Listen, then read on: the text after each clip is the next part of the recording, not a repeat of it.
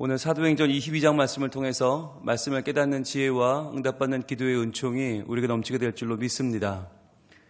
지금 사도행전 22장은 사도 바울이 품고 있던 메시지, 그를 툭 치면 나올 수밖에 없는, 그가 살아있는 이유, 그가 말하는 이유, 그가 전하는 예수 그리스도는 어떤 분인가 라고 하는 것을 오늘 우리에게 강력하게 보여주고 있습니다. 원래 우리가 어제 봤던 사도행전 21장에서는 예루살렘으로 가는 길을 다들 막았어요. 가지 마라. 가면 잡힌다. 온갖 성령의 계시로, 예언으로 사람들이 다 말렸어요. 그런데도 사도 바울은 갔죠. 가서 야고보 사도를 만나고 이방인들 교회에서 모아온 그 헌금을 전달을 합니다. 그러면서 정말 하나님의 역사가 나라를 초월하고 인종을 초월하고 문화를 초월해서 하나의 교회를 이루는 것을 경험을 해요. 정말 중요한 시간이었죠. 그런데 유대인들이 쳐들어옵니다. 쳐들어와서 이 나쁜, 이 간악한 사도 바울을 죽여라. 그리고는 그에게 이제 무차별 폭행을 가하는 거예요. 그때 사람들이 흥분했던 이유는 그겁니다. 백성을 교란케 하고 율법과 성전을 모독하는 자다. 그러면서 그동안 사도 바울이 이방인에게 복음을 전했던 것, 그리고 그 이방인들에게도 구원이 있다고 선포했던 것을 문제 삼아서 그냥 그대로 죽이려고 한 거예요. 그때 로마인 군대가 쳐들어와서 그들을 이제 말리죠. 함부로 사람을 죽여서는 안 되니까. 그래서 보호를 합니다. 보호를 해가지고 이제 영내로 들어가려는 참에 바울이 그들에게 말을 해요. 나 잠깐 얘기 좀 할 수 있겠느냐. 그래서 그에게 기회를 주는 거예요. 이 당시 로마는 굉장히 합리적인 국가였기 때문에 아무리 많은 사람들이 한 사람을 린치를 가하고 그에게 험한 짓을 한다고 해도 그 사람이 내가 왜 이런 일을 당하는지, 내가 뭘 잘못했고 뭘 잘못하지 않았는지를 말할 수 있는 변명의 기회가 있었단 말이죠. 지금 이 상황이 너무나 급박하게 이루어졌기 때문에 이 상황을 지금 중재하고 있는 로마 군인들도 이 바울이 누군지도 몰라요. 왜 이러는지도 몰라요. 그런데 무조건 이 상황만 정리를 하고 있는 거죠. 그러니까 내가 잠깐 변명할 시간을 좀 달라고 요청을 합니다. 그래서 시간을 주는 거예요. 자, 그게 이제 오늘 1절입니다. 오늘 22장 1절 같이 봅니다. 부형들아, 내가 지금 여러분 앞에서 변명하는 말을 들으라. 자, 변명하는 말을 들으라. 변명하는 말이라면 어떤 말입니까? 지금 사람들이 쳐들어왔잖아요. 네가 백성을 모독하고 네가 성전과 율법을 훼손하고 이럴 수가 있느냐. 그를 죽이려고 하는데 변명이란 말은 사실은 제가 잘못했습니다. 그러니까 좀 용서하시고 이해하시고 이런 말 아니에요. 근데 여기서 말하는 변명은 다른 의미가 있어요. 이 변명은 내가 인정하고 사과한다는 의미가 아니고 이것은 내가 해명하는 거예요. 그리고 적극적으로 내가 무죄를 밝히는 이 일을 하고 있어요. 변명이라고 하는 말은 그런 의미인데 여기 중요한 말이 나오죠. 바로 지금 그리고 들으라예요. 노란색 들고 표시해 보세요. 지금 들으라. 이 두 가지 단어가 굉장히 중요한 단어인데 헬라어 원문을 읽으면 지금이란 말이 안 들어가도 상관없어요. 그런데 지금이란 말이 굉장히 강조가 되고 있어요. 지금 들으라. 여기서 말하는 들으라라고 하는 단어도 아쿠오라는 단어인데 아쿠오는 그냥 들으란 말이 아니라 경청을 하고 주의를 기울이고 나가서 순종하란 말이에요. 내가 전하는 이 말에 그냥 한번 듣고 흘리는 게 아니라 이 말을 매우 경청하고 주의를 기울여서 이 말에 순종하십시오. 그런데 언제요? 지금이요. 이게 무슨 말이냐면 지금 사도 바울이 하고 있는 이 말이 얼마나 중요한 말인지, 그리고 지금 아니면 들을 수 없는 말이죠. 그리고 여기 나오는 아쿠오라는 말, 들으라의 시제를 보면 딱 한 번이에요. 단회적이에요. 딱 한 번. 지금 아니면 기회가 없다. 여러분, 사도 바울이 복음을 전할 때 이런 마음으로 전했다는 거예요. 지금 들으라. 지금이 아니면 이 말씀을 들을 기회가 없다. 지금 이 말씀을 듣고 반드시 이 말씀으로 너희들이 경청하고 순종하기를 바란다. 변화되기를 바란다. 이런 마음으로 전했다는 거예요. 여러분, 우리 마음은 어때요? 지금 못하면 다음에 하지 뭐. 오늘만 날이야? 이런 마음이 있어요. 그래서 전도하러 갔다가도 딴소리 한참 하다가 그래 뭐 오늘만 날이냐 그리고 와요. 근데 그게 아니라는 거예요. 사도 바울은 항상 전할 때 이게 마지막이다. 이번이 마지막이다. 이런 마음으로 전했다는 거예요. 지금이 아니면 이 말씀 들을 기회가 없습니다. 여러분, 지금 꼭 들으시고 지금 꼭 경청하셔서 이 말씀대로 순종하십시오 라고 하는 그 마음으로 전했는데, 옆에 여러분, 부형들아 동그라미 해보세요. 부형들아. 혹시 기억나십니까? 부형들아 라고 말을 시작했던 사람이 있어요.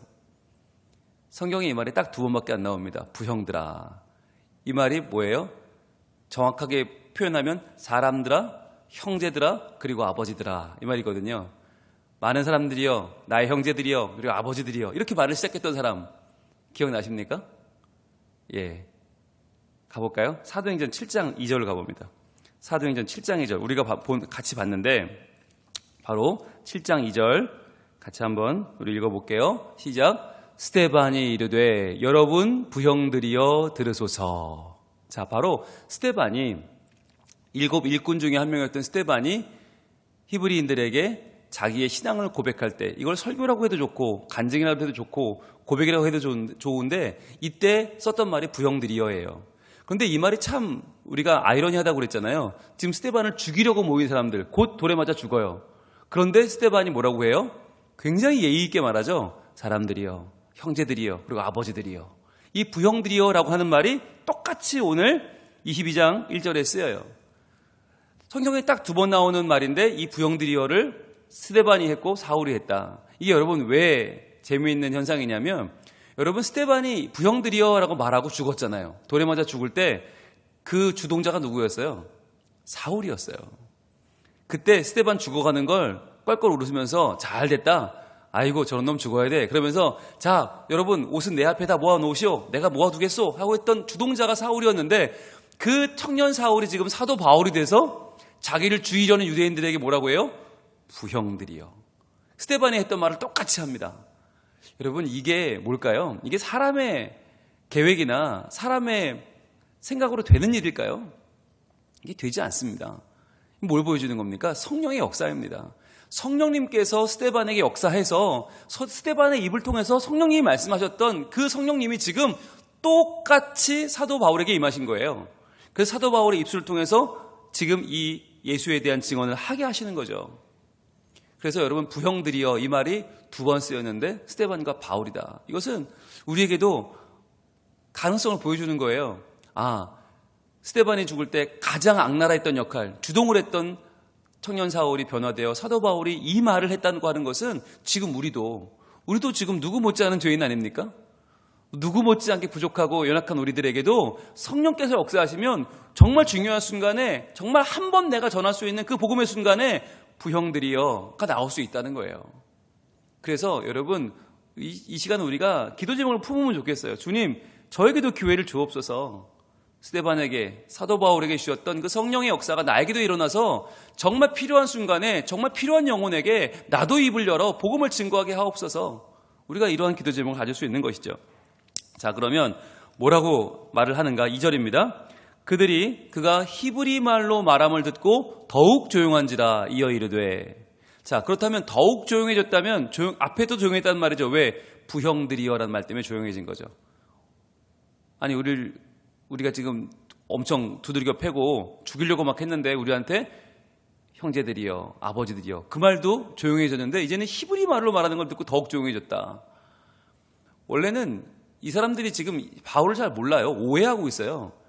아마 저 바울이 이방인들 사이에 다니면서 이방인들에게 전도하고 그들에게 세례 주고 그들에게 뭐 예수를 전하는 거 보니까 아마도 그는 이방인, 헬라인, 유대인일 것이다. 유대인은 유대인이지만 유대말도 못하고 그냥 이 헬라 문물에 젖어 있는 그러한 아주 그냥 날라리일 것이다 라고 생각했는데 보니까 히브리 말을 너무 잘하는 거예요. 그러니까 이게 무슨 일이지? 저 사람 우리 종족인가? 우리랑 같은 편인가? 저 귀를 기울였단 말이죠. 자, 뭐라고 했을까요? 3절. 나는 유대인으로 길리기아 다소에서 났고 이 성에서 자라 가말리엘 문화에서 우리 조상들의 율법에 엄한 교육을 받았고 오늘 너희 모든 사람처럼 하나님께 대하여 열심히 있는 자라. 이렇게 이야기를 합니다. 그러니까 자기의 출생을, 자기의 신분을 밝히는 거예요. 이걸 왜 밝힐까요? 나나 너나 똑같다는 거예요. 너희들과 나는 똑같다. 나도 유대인이다. 제일 먼저 한 말이 뭐예요? 나는 유대인이다. 나 헬라인 아니고 나는 이방인 아니다. 나는 유대인이다. 그리고 다소에서 났다. 이 말은 아주 훌륭한 교육 도시에 태어났고 가말리엘 문화에서 우리 조상들의 율법을 엄한 교훈을 받았다. 이거 나는 율법 교육 잘 받은 사람이다. 율법 잘 지킨다. 너희 말처럼 율법과 성전을 무시하지 않는다. 게다가 너희 모든 사람처럼 하나님께 대하여 열심히 있는 자다. 똑같다는 거예요. 당신들이랑 나랑 똑같습니다. 그러니까 저를 오해하지 마세요. 라는 말이죠. 자, 이렇게 말하는 이유는 뭐냐? 자기를 변명하는 게 아니라 들어달라는 거예요. 여러분, 이게 복음을 전할 때 굉장히 중요한 건데 공감을 형성하는 거. 그래서 사람들이 듣고 싶게 만드는 거. 이게 중요해요. 여러분, 복음을 전한다고 해서 사람들이 듣기 싫어하는데 예수 천당, 불신 지옥, 이들은 다 지옥 갈 거다. 이런 식으로 하면 사람들이 아무도 안 들어요. 그런데 공감을 먼저 불러일으키는 거죠. 우리 인간이 공통적으로 가지고 있는 우리 인간의 절망, 우리 인간의 혼란, 또 우리 인간의 저항의식, 이런 마음을 불러일으키는 거예요. 그래서 거기다가 우리의 삶 가운데 주시는 하나님의 말씀을 전하는데 이렇게 전합니다. 4절입니다. 내가 이 돌을 박해하여 사람을 죽이기까지 하고 남녀를 결박하여 옥에 넘겼노니. 자, 당신들은 그냥 열심만 있지 나는 더 했다는 거예요. 당신들보다 지금 내가 훨씬 더 심했다. 내가 더 율법에 충성을 다했다. 그래서 내가 이 당신들이 말하는 예수, 나사렛 예수의 돌을 박해하려고 사람을 죽이기까지 하고 남녀를 결박하여 옥에 넘겼다. 그러니까 나는 당신들보다 훨씬 더 심한 사람이었다. 내가 한술 더 떠는 사람이었다라고 하는 거죠. 여러분, 이게 자랑입니까? 자랑 아니에요. 부끄러운 일이에요, 사실은. 게다가 지금 자기가 말씀 전하는 일과 정반대의 일 아닙니까? 부끄러운 일이고 감추고 싶던 과거인데 그걸 다 끄집어내요. 왜냐하면 나의 부족함을 드러내는 것이 나를 만나주신 예수님의 높으심, 그분의 순수함과 거룩함을 드러내는 일이기 때문에 내 못난 게 중요한 게 아닌 거예요. 자, 그래서 뭐라고 말합니까? 5절, 이에 대제사장과 모든 장로들이 내 증인이라. 자, 저 봐라, 저 사람들이 다 내 증인이다. 여러분, 이 당시에 증인은 2명 이상이어야만 했는데 그 증인의 가치가 그 증언을 좌우했어요. 대제사장과 장로들이 증인이라면 이 증언은 100% 확실한 거예요. 또 내가 그들에게 가서 다메섹 형제들에게 가는 공문을 받아가지고 거기에 있는 자들도 결박하여 예루살렘으로 끌어다가 형벌 받게 하려고 가더니, 즉 예루살렘 안에서만 박해한 게 아니라 내가 열심히 품고 저 멀리 다메섹까지 가서 거기 있는 도당들을 잡아오려고 가는 정도로 그렇게 열심히 있었다는 거죠. 내가 그 정도의 사람이었다. 그러니까 여러분, 지금 사도 바울은 변명을 한다고 시작했는데 실은 변명이 아니라 자기가 지금 나 잘했으니까 살려주세요가 아니라 자기를 더 깎아내리고 있어요. 나 정말 잘못한 인간이다. 나 정말 이 죄로 가득한 인간이다. 자기를 변명하는 게 아니라 도리어 자기의 못남을 고백하죠. 그런데 나는 이렇게 못났는데, 중요한 것, 나는 이렇게 죄인이고 이렇게 나는 정말 헛된 열심에 빠져서 살기와 위협이 등등한 사람이었는데, 중요한 거는 이제 시작됩니다. 6절입니다. 그가 하려는 진짜 말은 여기부터 시작이에요. 가는 중 다메섹에 가까이 갔을 때에 오정쯤 되어 호련히 하늘로부터 큰 빛이 나를 둘러 비치매. 그랬어요. 호련히 하늘로부터. 이게 뭐예요? 하나님이 나를 만나셨다는 거죠. 그동안은 내가 율법도 배웠고 열심도 있었지만 하나님을 만난 적이 없었다. 그동안 나는 잘못된 믿음을 가지고 있었다. 그런데 이때 하늘로부터 큰 빛이 나를 만나주셨다. 즉 하나님이 나를 본격적으로 하나님의 사람으로 만나주신 첫 사건이죠. 여기서 둘러비침에, 노란색으로 한번 표시해보세요. 둘러비침에. 우리는 이 말을 빛이 비쳤으니까 뭐 별거 아닌 것처럼 생각하지만 이 단어가 굉장히 중요한 단어인데요. 이 두 가지 단어가 합해 있어요. 둘러비침에가 주위에 붙잡아 놓다는 말이에요. 주위에 붙잡아 놓다. 그러니까 둘러비침에가 그냥 빛이 비쳤으니까 우리는 그냥 빛만 비추고 나는 자유롭게 움직일 것 같지만 그게 아니라 이 빛이 나를 꽉 둘러 싸매버린 거예요. 그래서 나를 싸매서 여기에 고착시켜버리다.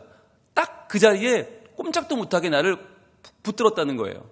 여러분, 이게 상식적으로는 이해가 안 되잖아요. 빛이라는 건 그냥 눈에만 보이는 거지 아무 힘도 없잖아요. 그런데 그 빛이 나를 꽉 붙잡아 매서 꼼짝도 못하게 만드는 거. 그 빛 때문에 나는 아무것도 못하는 거. 여러분, 이게 뭡니까?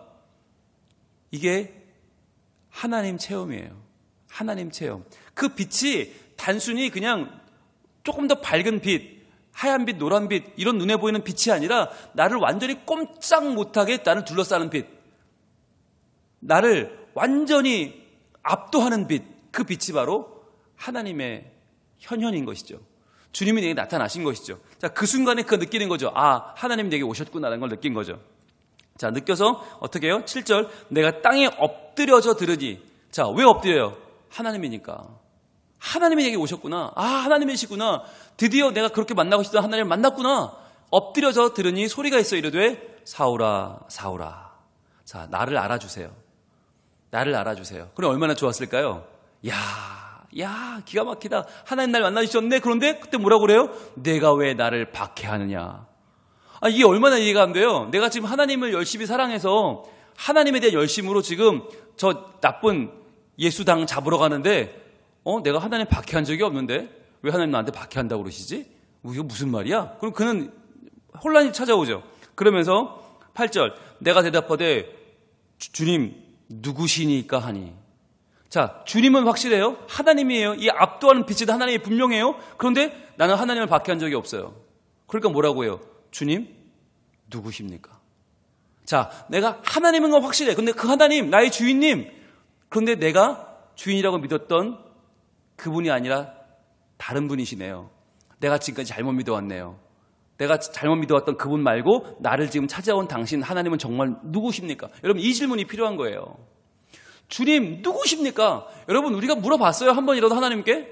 내가 믿는 하나님이 정말, 내가 알던 하나님이 정말 내 하나님이신지 확실합니까? 지금 바울이 알던 하나님과 바울을 찾아오신 하나님은 다른 분이에요. 바울은 지금까지 문자적인 하나님, 율법적인 하나님, 유대인들이 습관적으로 믿어오던 그 하나님만 알았지만 그 하나님을 믿는 믿음 때문에 사람을 죽여도 되고 사람을 잡아다 가둬도 되는 그런 아주 틀에 박힌 하나님만 믿었지만 지금 그를 찾아오시는 분은 누구예요? 사울아, 사울아 말씀하는 분은 누구예요? 전혀 그가 알지 못했던 예수 그리스도죠. 그분이 뭐라고 하세요? 이르시되 나는 내가 박해하는 나사렛 예수라. 나는 네가 박해하는 나사렛 예수다. 즉, 한 번도 못 만난 예수님을 어떻게 박해해요? 네가 나의 몸된 교회를 박해하고 네가 나를 믿는 자를 박해하고 네가 나를 섬기는 제자들을 박해했지. 네가 박해하고 있는 그 예수. 즉, 이 말은 뭐예요? 유대인들한테 말하는 거죠. 너희들이 박해하여 죽인 예수, 그 나사렛 예수가 하나님이시다. 나는 그분을 본격적으로 그분을 박해한 적이 없지만 스데반을 박해했고 제자들을 박해했고 그 믿는 도당들을 박해했지만 예수님은 나를 박해했다고 말씀하신다. 그러니 너희들은 예수님을 박해하여 십자가에 못 박혀 죽게 한 너희들은 얼마나 큰 죄인이냐라고 묻고 있는 것입니다. 그는 변명을 하라고 시간을 줬는데 내가 살기 위한 변명을 한 게 아니라 뭘 한 거예요? 지금 복음을 전하고 있어요. 나는 별것 아닙니다. 나는 아무것도 아닙니다. 나는 죄인일 뿐입니다. 그런데 그러한 죄인인 나를 만나 주신 분이 참 하나님이신 예수 그리스도이십니다. 그러니까 여러분들 그분을 박해하지 마시고 그분 박해했던 것을 어서 빨리 회개하시고 여러분도 그 나타난 예수를 믿으시길 바랍니다. 이걸 지금 사도 바울은 증거하고 있는 것이에요. 여러분, 과연 우리가 믿는 하나님은 진짜 하나님 맞나요? 정말 하나님 맞습니까? 새벽기도 나오면 나왔다고 칭찬해 주시는 하나님, 하나님 말씀 잘 들으면 나한테 점수 팍팍 주시는 하나님, 그래서 천국 가면 내가 받을 쌀 가만히 이렇게 쌓아놓고 내가 받을 금뭉치 쌓아놓고 그렇게 나의 공로를 치하해 주실 하나님이 맞습니까?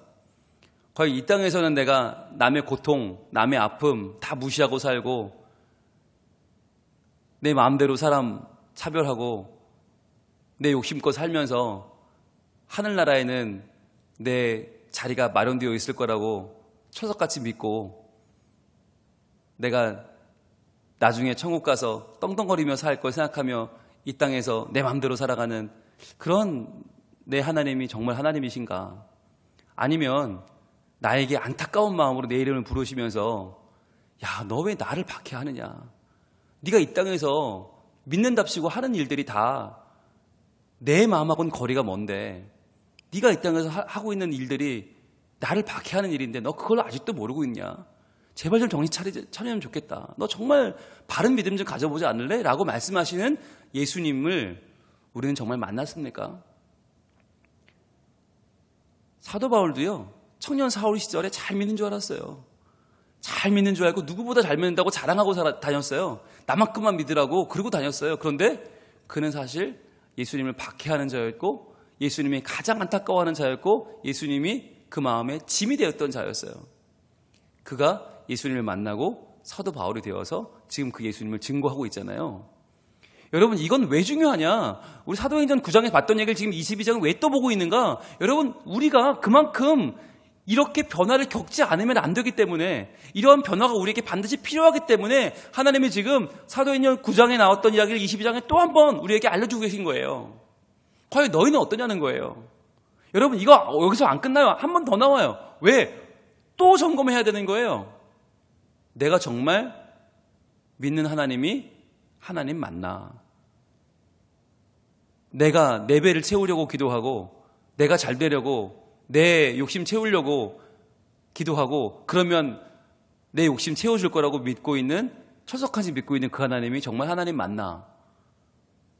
내 삶 속에서 자기를 부인하는 건 전혀 없고, 내 주장만, 내 계획만, 내 입장만 계속해서 세워달라고 하고 도와달라고 하고 거기 서달라고 하는 나의 욕심을 지금 보장해 준다고 믿고 있는 그 하나님이 정말 진짜 하나님 맞나?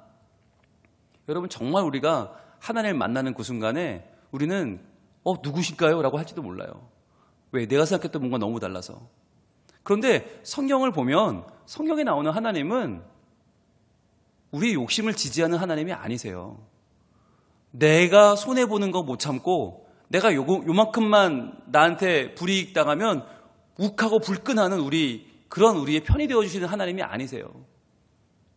이 땅에서 하루를 살아도 하나님의 사랑으로, 긍휼로, 정의로 바른 삶을 살기를 원하세요. 내가 잘 되는 게 중요한 게 아니라 하나님의 뜻이 이루어지는 게 중요하다고 말씀하는 분이 하나님이세요. 그래서 여러분, 이 새벽에 나와서 말씀 받고 기도하는 우리는 어떤 기도를 해야 되는가? 주님, 저 좀 잘 되게 해주세요가 아니에요.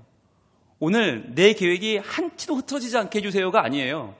이 새벽에 나왔으니 나 오늘 한번 하나님 찐하게 한번 도와주십시오. 이게 아니에요. 나의 계획이 아니라 하나님의 뜻이 나를 통해 이루어지게 하여 주옵소서. 그래서 나를 만나는 사람들이 그 예수님 바라보고 나사렛 예수, 그분을 알고 믿고 그분에게 서서 그 인생에 달라지는 복을 허락하여 주옵소서. 그래서 나를 통해서 하나님이 보이길 원하고 예수님이 드러나기를 원하고 나사렛 예수, 그 이름이 오늘도 펄럭이기를 소망합니다. 여러분, 그렇게 우리가 참 하나님을 만날 때 역사는 일어나는 거예요. 그럴 때 내가 변하고 내 주변 사람들이 변하는 거예요.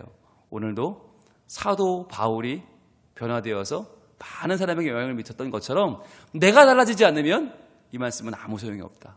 주님, 저를 변화시켜 주셔서 저를 만나는 모든 사람들이 주님을 만나게 하여 주시옵소서. 기도할 때 하나님 반드시 응답하시고 우리의 삶을 통하여 놀라운 일을 행하실 줄로 믿습니다. 기도하겠습니다. 하나님, 오늘 사도 바울은 유대인들에게 억울하게 맞고 끌려가면서도 최후의 변론을 합니다. 이 변론은 바로 나사렛 예수, 나를 만나주신 참 하나님에 대한 선포였고 복음 증거였습니다. 하나님, 우리도 내가 알고 내가 믿는 하나님, 그분이 다가 아니라 정말 나를 찾아오셔서 나를 안타까이 여기시며 나를 부르시며 왜 나를 박해하느냐고 우리를 안타까이 바라보시는 참 하나님이신 나사렛 예수 그리스도를 바라보게 하여 주시옵소서. 그리하여 내 욕심만 채우고 내 바램과 소원만 부지런히 아뢰는 연약한 아이 같은 믿음이 아니라 정말 나를 통해서 어떤 일을 행하기 원하시고 어떤 세상을 변화시키길 원하시는지 나를 내어드리는 참 신앙 갖게 하시고 더 이상 예수 그리스도를 박해하는 우리가 아니라 예수 그리스도의 도를 따라 그분의 이름을 증거하고 나누는 하나님의 제자들, 온전한 하나님 백성 되게 하여 주시옵소서. 이 하루도 믿음 위에 서길 원하고 이 하루도 참된 증거를 우리 입술에 두기 원하오니 하나님, 우리를 사용하시고 예수 그리스도의 거룩하신 이름만 우리를 통해 증거되게 하여 주시옵소서. 예수님 이름으로 기도합니다. 아멘.